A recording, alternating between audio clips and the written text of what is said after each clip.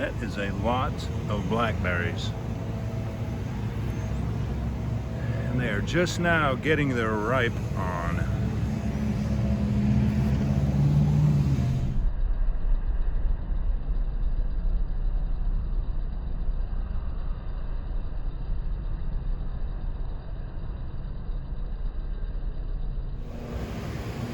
Have you noticed that you've seen very few ripe ones? Oh. Have you had your antioxidants today? I'm about to. Hello YouTube, I'm David with the David West channel. Those blackberries were good. The larger, more plump and juicy ones, they were very bitter and tart. But the ones that were smaller and sort of dried up, they were sweet. About as sweet as a blackberry gets. I kind of like that combination though, of sweet, bitter, and then those seeds in there. Blackberries are not for everybody, but let me go ahead and show you this fire roll. I wanted to show you the Denim fire roll, and this is Boggy Creek Beast's technique. He did it first. I believe he fire rolled the fabric itself, but he mentioned in the description that you could take and pull these threads, just unweave the fabric and use the threads. And that's the only way I've had success with denim. So that's what I want to try to do today. Let me pull out a bunch of these threads here. And I won't make you watch the whole process.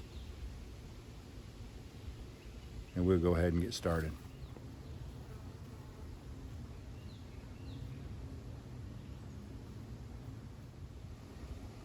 All right, I got a tiny little bit of fiber. That should be all we need.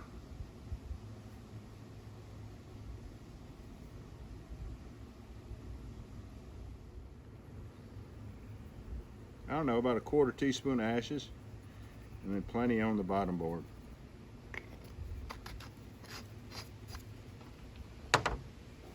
Roll it up as tight as you can get it.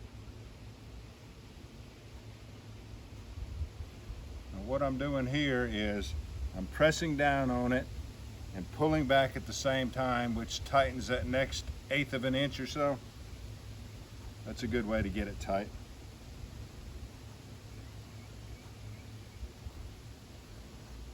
I'll let you take a look at it before I start rolling it.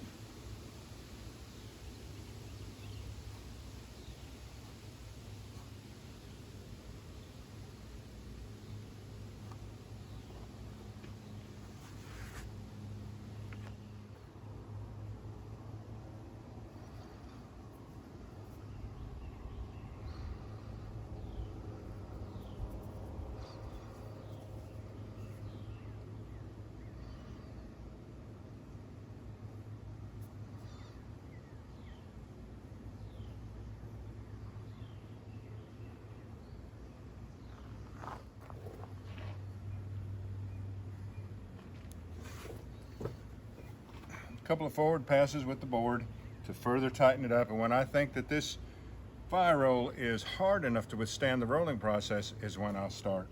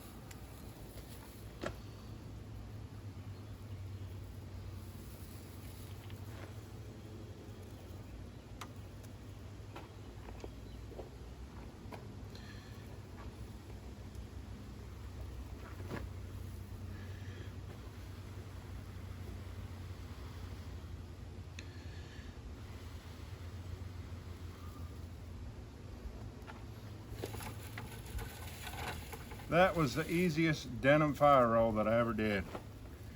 And I think it's because we use such a small fire roll. It didn't take as much work to ignite it. All right, y'all. I appreciate you joining me on this one. We'll catch you on the next one. You see that mockingbird up there on the power line that just flew away? I think we have assisted in bringing life into the world. Here is our adopted winged elm that turned out to be, as you can clearly see, sweet gum. And that mockingbird flew out from the top of here, and I hear some baby birds up in there. So that's good. Now, if you haven't been following the saga, I noticed this tree last year was just completely covered up with kudzu vines.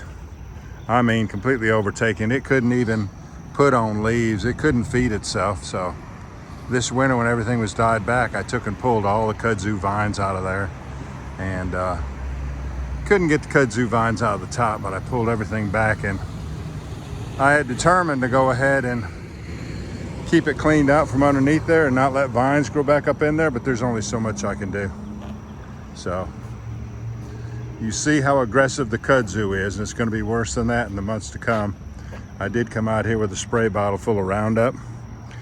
You see the dead and dried up leaves, and I did spray underneath here a little bit. So doesn't look like it's well kept, but that's kind of the best I can do, being on public land, not really even having the right to do what I did. But